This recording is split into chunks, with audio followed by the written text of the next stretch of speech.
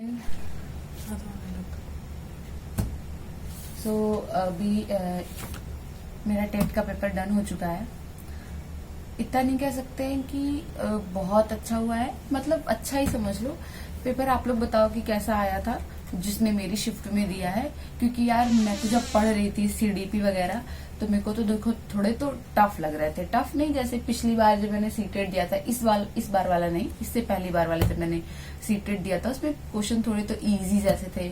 और शायद हो सकता है मैंने सीडीपी बहुत दिनों से पढ़ना छोड़ दिया है, इस वजह से मुझे लग रहा हो कि पेपर इजी थोड़ा टफ लैंग्वेज उसकी आ रही है सीडीपी की।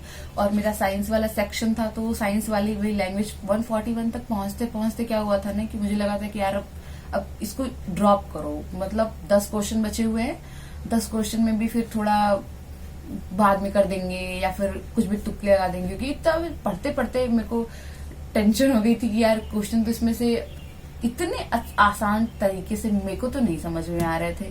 बट ठीक है, बहुत अगर आप नेक्स्ट आज या फिर कल पेपर देने जा रहे हो तो देखो सीडीपी में एडोलसेंस का ज्यादा पढ़ लेना, क्योंकि 6 to 8 का होता है हमारा अपर प्राइमरी का, तो वो लोग 6 to 8 वाला ज्यादा पूछेंगे कि इतने टाइम के बच्चे जो होते हैं वो कैसा उनका बिहेवियर होता है, क्या करते हैं और कौन कौन सा सेंसेसरी होता है या फिर कॉग्निटिव होता है।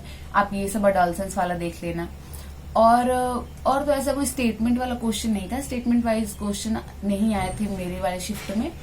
और Hindi so much easy, 3-4 question मेरे थोड़े बहुत इधर उधर जा रहे थे कि ये पता नहीं ये सही है कि ये सही है, लेकिन बाकी सब डन थे, बहुत अच्छे क्वेश्चन थे हिंदी में।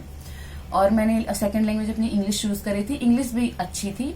कुछ वो कैब में अभी भी मेरी कंफ्यूजन है, उसमें जेमिनाई से मिलाने पे कुछ और आ रहा है और इससे गूगल से मिलाने पे कुछ और आ रहा है, और मैंने अपने दिमाग से कुछ और लगाया हुआ है, तो उसका थोड़ा दिक्कत है कि इंग्लिश में कैसे है। इंग्लिश में भी 3-4 वो कैब ही हैं जिसने फंसाया था।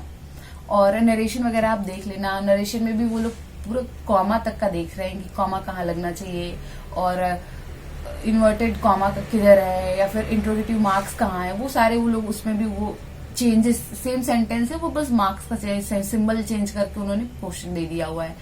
और हिंदी हो गई, इंग्लिश हो गई, और बाकी तो साइंस एंड मैथ थी। साइंस में भी आ रहे हैं क्वेश्चंस हमारे सॉल्व करने के लिए। और बाकी तो ऐसे वन लाइनर जैसे कोई क्वेश्चन नहीं है। आप ये नहीं सोचिएगा कि ये पूछेगा कि हार्मोन, कौन से हार्मोन का क्या काम है, नहीं।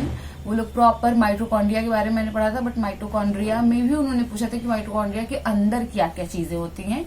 So science is tough. हाँ, मैथ बिल्कुल इजी है। हाँ, मेरा बैकग्राउंड आप जानते हो कि थोड़ा मैं प्रिपरेशन करती हूँ, तो मेरा मैथ ठीक ठाक हो गया था, सॉल्व हो गया था लगभग सारे क्वेश्चन। 1-2 क्वेश्चन मैंने खुद अपनी गलती की वजह से गलत कर दी थी, वहां मुझे याद नहीं आया फॉर्मूला, नहीं तो बाकी सब क्वेश्चन सही थे। तो ये मैथ का भी ठीक था।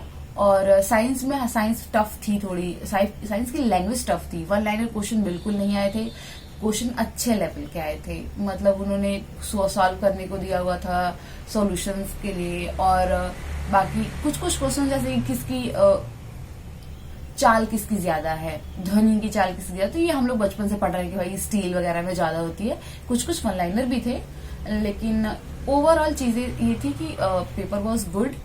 और अभी देखो मैं रात को वीडियो बना रही हूँ, कल इतना थक गई थी आने के बाद। और एक तो हमारे यहाँ सेंटर पे ऐसा था कि हम लोग जाते जाते 145 की जगह 148 पे पहुंचे थे।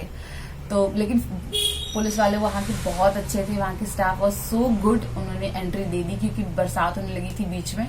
और मैं लिटरली 1.6 किलोमीटर कंटिन्यूसली भागते हुए गई हूँ। बीच में एक आंटी मिल गई थी, thank you for her help. लेकिन बाकी टाइम में मुझे लगता है 500-600 मीटर उन्होंने छोड़ा होगा, बाकी पूरे टाइम में भागते हुए गई थी। और मुझे लग रहा था कि यार पेपर तो छूट ही गया आज, लेकिन बट उन लोग बहुत अच्छे थे। मेरे साथ भी बहुत सारी लड़कियां थी, बारिश की वजह से सब लोग फंस गए थे बाहर ही, इधर ही। सो हम लोग गए थे 148 पे, तो उन्होंने एंट्री दे दी थी। तो एक तो जाने में इतना नाटक हो गया था कि कैसे जाएं, कैसे पहुंचे, और पूरा एकदम लग रहा था कि नहीं पहुंच पाएंगे। आधे घंटे तो रिलैक्स होने में लगा वहां पे। तो ठीक ही था पेपर अच्छा था। मेरे को अगर मैं ना देती तो शायद रिग्रेट रहता, कि रिग्रेट तो रहता है भाई, इतने महंगे फॉर्म है हमारे और हम लोग उतना दूर जा रहे हैं। मेरा यहाँ से सेंटर काफी दूर था, सेम ही जगह पे था। मैं, आपको पता है मैं बाहर रहती हूँ, तो मैं जहाँ रहती हूँ वहीं पे सेंटर आ तो गया था। मेरे ओवरऑल क्वेश्चंस हुए हैं ये सीडीपी वाला पोर्शन, एंड उसके बाद सारे क्वेश्चंस लगभग ठीक थे।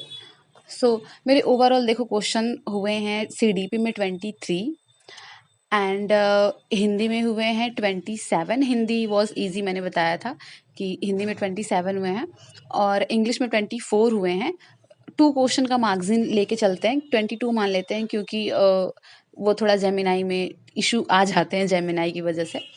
2 क्वेश्चन उसमें अगर बफर का मान लेते हैं तो लगभग 22 से 24 क्वेश्चन इंग्लिश में सही है।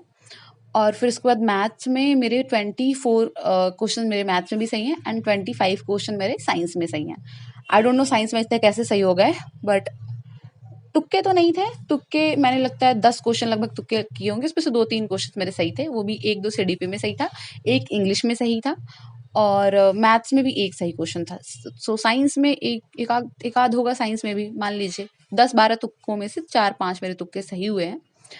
और बस फिर अभी नेक्स्ट एग्ज़ाम मेरा यूपी पीसीएस का है, लोअर पीसीएस भी है साथ में। मेन टारगेट तो लोअर पीसीएस का आ गया, डेट आपको पता है 23 ऑफ अगस्त एंड दिसंबर वाला।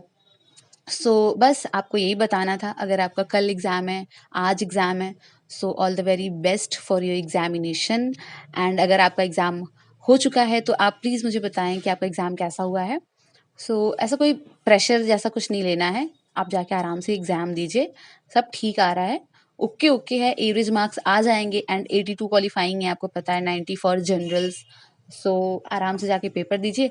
मेरा नेक्स्ट एग्ज़ाम तो यूपी पीसीएस का है, तो अभी मेरा नेक्स्ट वीडियो उसी हिसाब से रहेगा। मुझे नहीं पता कि इसकी वैकेंसी कब आ रही है, टीचर वाली जुलाई अगस्त में शायद आए, तो उस टाइम तक देखते हैं कैसे मैनेज हो पाएगा। इसलिए सोच रहे हैं ना कि इधर थोड़ा लंबा खींच लेते हैं, ताकि फिर बाद में उतना ना सोचना पड़े, कि बाद में मैनेज हो जाए, क्योंकि टीजीटी वगैरह साइंस मैथ्स मेरा बैकग्राउंड है, सो सब्जेक्ट स्पेसिफिक एग्ज़ाम हो जाता है, और मेरा पूरा जीएस चल रहा होता है, इसलिए थोड़ी तो प्रॉब्लम होती है मैनेज करने में। आपने पिछला वाला देखा था ईएमआरएस का, जैसे मेरा मेंस था तो फिर मैंने एसआई वाला ड्रॉप कर दिया था, तो इस वजह से फिर सोच रही हूँ कि इधर 1-2 महीने में जब तक डेट नहीं आती है तब तक थोड़ा लंबा अपना टेन्योर कर लूँ इसका जीएस का पोर्शन, ताकि मेरा कंप्लीट हो जाए।